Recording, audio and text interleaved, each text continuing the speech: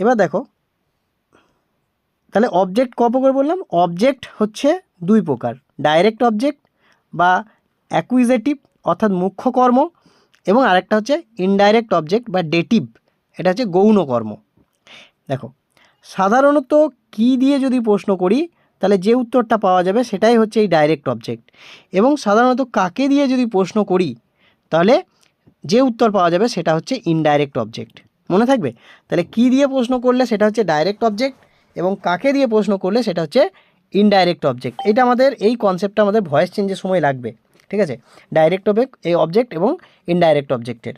তাহলে যদি দেখি যে জিনিসটা হচ্ছে বস্তুবাচক যদি জিনিস হয় তাহলে সেটা ডাইরেক্ট অবজেক্টে যাবে, এবং যদি ব্যক্তিবাচক হয় তাহলে সেটা হবে ইনডাইরেক্ট অবজেক্ট। যেমন ধরো granny told me a story, এই স্টোরিটা হচ্ছে কি, এই স্টোরিটা হচ্ছে ডাইরেক্ট অবজেক্ট, এবং গ্র্যানি টোল্ড মি এই মিটা হচ্ছে কি ইনডাইরেক্ট অবজেক্ট।